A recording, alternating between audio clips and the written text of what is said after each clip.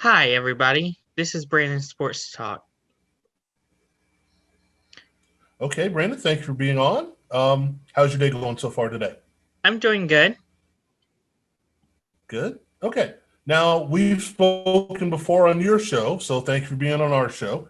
Um, we decided we were going to talk a little Carolina Hurricanes. So first of all, why are you a Hurricanes fan?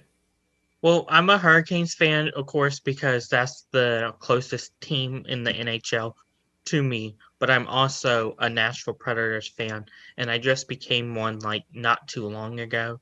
I would say like maybe a year ago. Okay, and what made you see something in the Predators that you didn't see previous to that? PK Shuko, like whenever he was there, and I think I actually was at no, I was watching it on TV, and I saw how amazing of a ice skater he was, and I was like, "Hmm, let me, like, check into the Predators." And then, of course, I found out they were like, I knew that Nashville, like, hint their name was in Tennessee, but I didn't know much about them until after then, and then ever since then, I started watching them more and more on TV, and I actually just got a jersey. It's a blank jersey of them, but it's the like yellow jersey with the Predators logo on it. Okay, okay, okay. Kind of like my blank Golden Knights jersey I'm wearing out here in Las Vegas, right? Yep.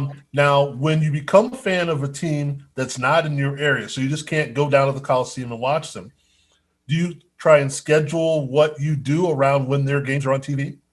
Yes. So I try to like, for example, they were just playing like the Carolina Hurricanes back to back, and I recorded that and I was watching it, and I actually was like I had the Carolina Hurricanes red jersey that I have on. So like interchanged missions, I would have like the Hurricanes jersey on, then the Nashville Predators. Makes it kind of tough to watch the game when they're always changing jerseys, but that's kind of yeah. We get that because we're always fans of more than just one team. Usually, we're a fan of sport. So when you see your favorite team playing your other favorite team, okay, now I know that you've got people that are watching this and watch your show, but the Hurricanes and the Predators. Um, I'll go with the Hurricanes because I was Okay, first a Hurricanes fan, like way before I ever really kind of knew about the Nashville Predators. okay.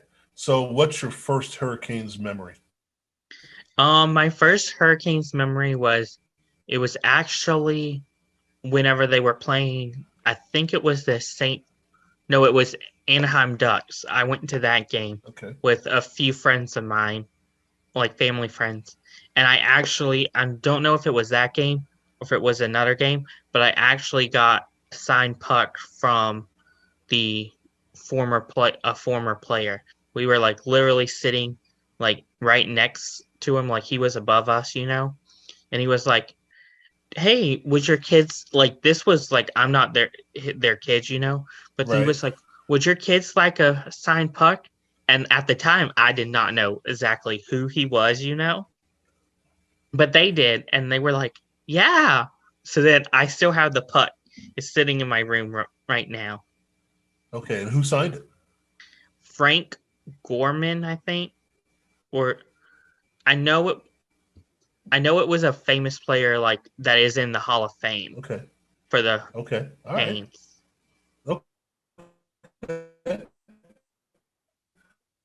Well, it's interesting that you and then that kind of carries through what you do and I'm sure that had some influence on starting your sports talk network as well. Yes. So I literally it since I had the jersey. Well, since I had both, I have two Carolina Hurricanes jersey that you'll probably seen like in previous episodes of mine. I actually started putting my jerseys to use more than just wear it for games. I would have it like in the backgrounds. So Hmm. you would have seen my two Hurricanes jersey. You'll see my Nashville jersey coming up as I just recorded some episodes that will come out soon. And like even my football jerseys you'll see in some episodes of mine. Okay, so let's give the people some background. I was on your show And you asked me this question, so I'm going to ask you the same basic question. How and why did you start your own sports talk network? So I started my own sports talk network because I was seeing that other podcasts that I like became friends with and stuff would be struggling to like get like people on their podcast, because they didn't have the like connections that I did with all the coaches and athletes that I've interviewed in the past and stuff. So I was like, hey, I have this big list of coaches, for say like over like 350 coaches that I've interviewed. I'm not really using them besides maybe one interview, and I'm not following. Like I do follow up with some of the coaches, of course, but I don't do like back. Like I don't do it in an interview and then 5 months later be like, "Hey, Coach Higginbotham, for example, Right. would you like to come back on my show and talk about this, this, and this?" It's a one and a done kind of deal for me where I'll get a coach, I'll build that connection, of course, and go to like hit some of his games. Like, for example, I'm close to Mount Olive College, and I've gone to many Mount Olive College games that like I've interviewed their coach. But after that, I don't really talk to the coach after that. Right. So I was like, let me start this network where like help other people like the rookie contract and maybe sports as a job, that kind of stuff. Get some of the interviews that they might not have connections to. Now, how do you cultivate those relationships? How do you get to those connections? For those that are watching, interested in doing the same thing, how do you get over 350 coaches to connect with you? So it's always about persistence, and I send like about like recently I send like almost 80 emails to coaches and stuff, and it's just about making sure that you put your name out there. And like for those 80 coaches, like for example, I sent like 30 something coaches in Carolina, like the Tar Heels. And of course, none of them responded back because they're on a higher level, but at Right. least they know my name. And then maybe like later down the road, they'll be like, oh, wait, Brandon Sports Talk, he emailed me. Because I've had that happen before where I would Mm-hmm. email a coach and then they wouldn't even look at the email, or they would say, no, I'm not interested in it. And then maybe months or months later, they'll be like, oh, you interviewed, my friend from Georgia, for example. Right. Let me come on your podcast. And then most of the time, they ask like, oh, are you still interested in doing it? And I'm like, yes, I'm still interested. I just have to work with my schedule, because I did give you that time where I was interested in you, and then I kind of like, not that I forgot about them, but after a while of emailing so many coaches, I'm like, okay, this coach isn't going to respond. And then Right. whenever they Right. do, it's a matter of let me work with my schedule and your schedule. It's hard to fit people in when you have them planned for a particular spot, and now you come back 2 months later and go, but I don't have a spot for you now, but I can work something in down the road. Yeah, because I've actually done it with the interview that I'm doing on tomorrow and stuff. I've emailed her, and we kind of like went back and forth.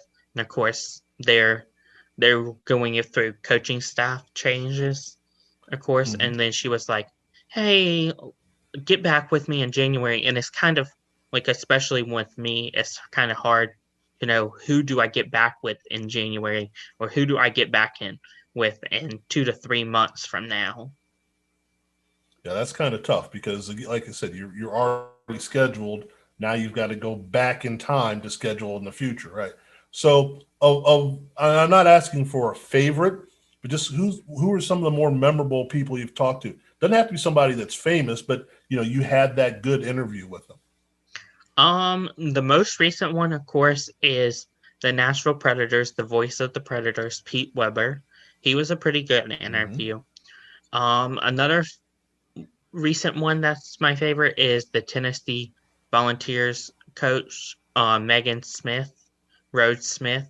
She was a pretty good interview because most of the people that I interview, sometimes they have been interviewed, Like I try to go for the ones that haven't like maybe like is like an assistant coach or like a Right. head coach, but they've never like actually had the opportunity of somebody reaching out to them.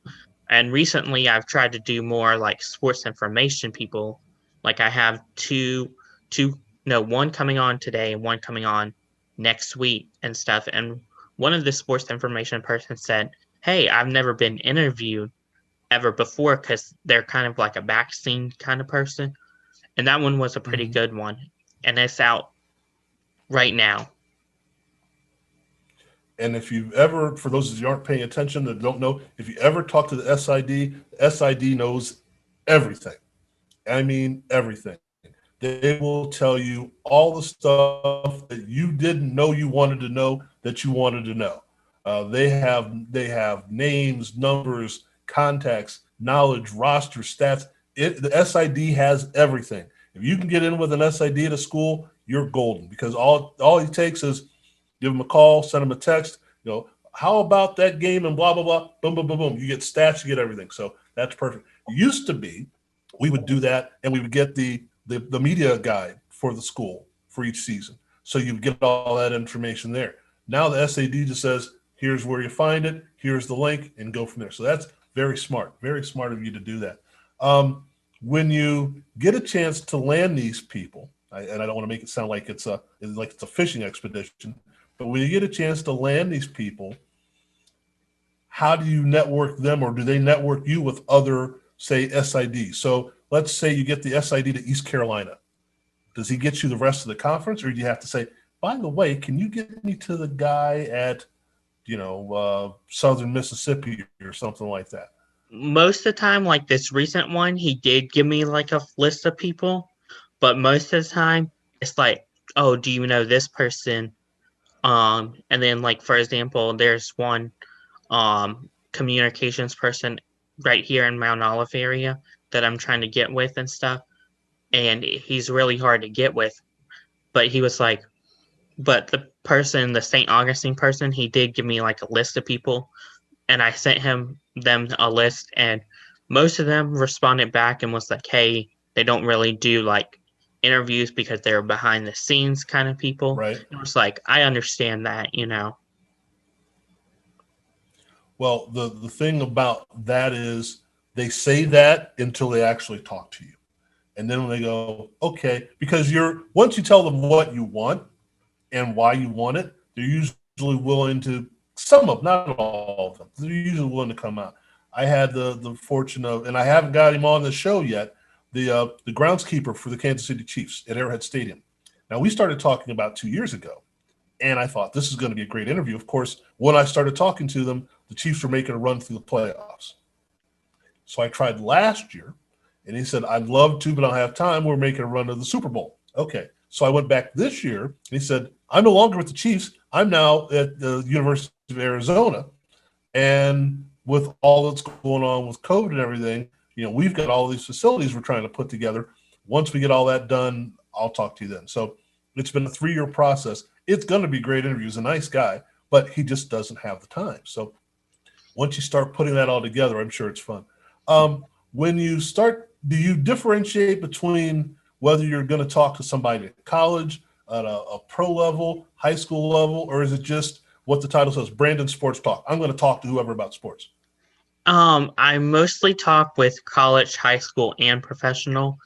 But whenever it comes to interviews and stuff, I first try to get the college coaches and people like that because their emails is like literally at my fingertips, because I'm Mm-hmm. on their official websites and it's way easier to get them that way.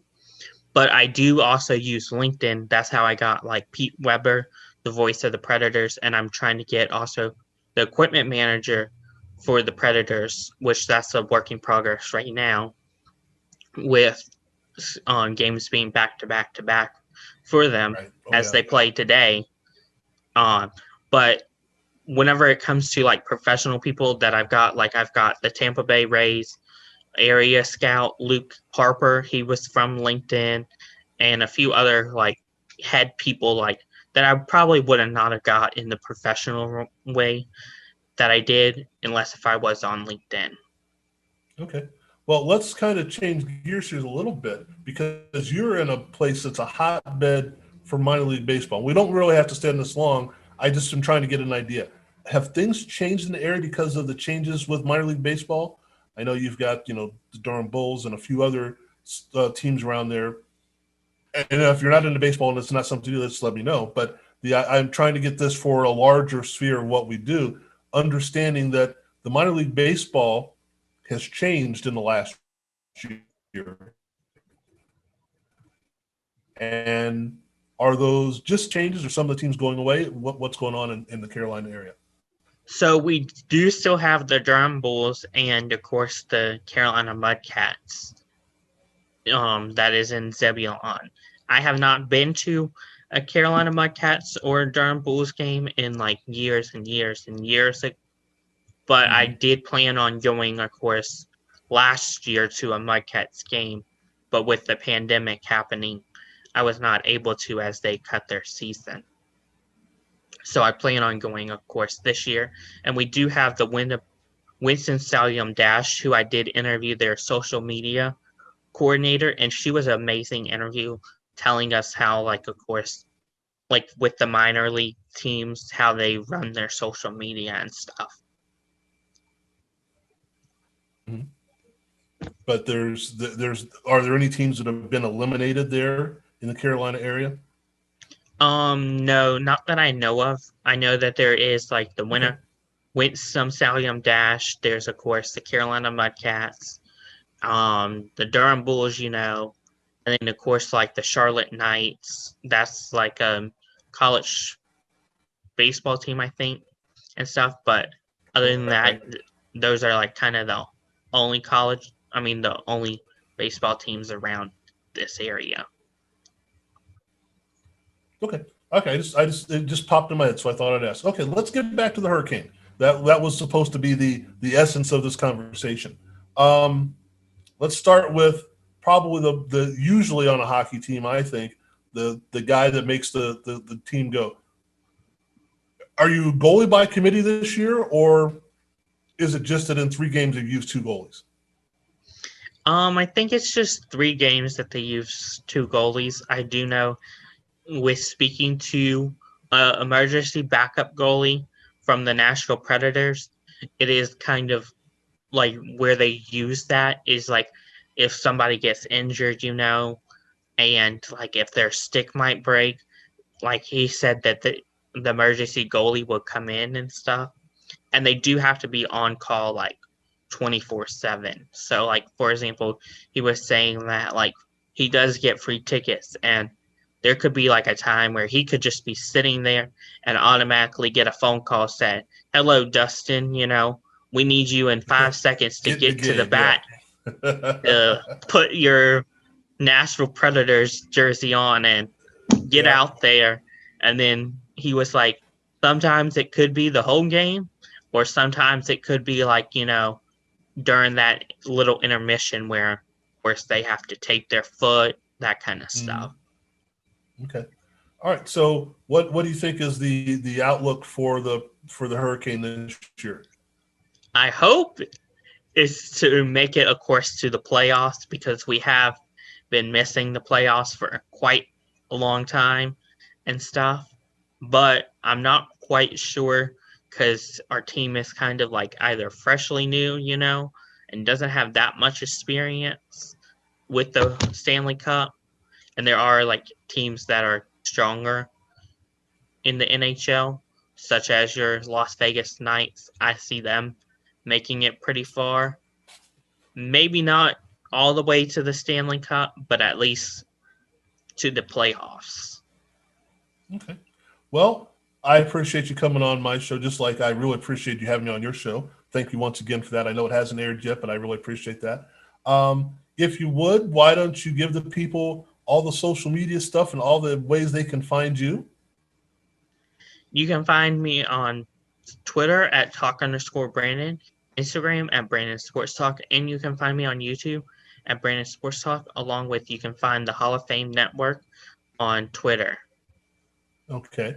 Now, just so people get an idea when they go to find all this stuff, how many shows have you said that you've done? I have done over, I would say, 300 interviews, and I've done like where I'm sitting in front of the camera, probably about 120, somewhere near there. And Okay, I've been doing so this if you're since looking for November of content, last year.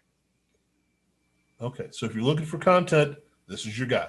Thanks once again, Brandon, and have a great day. Thank you.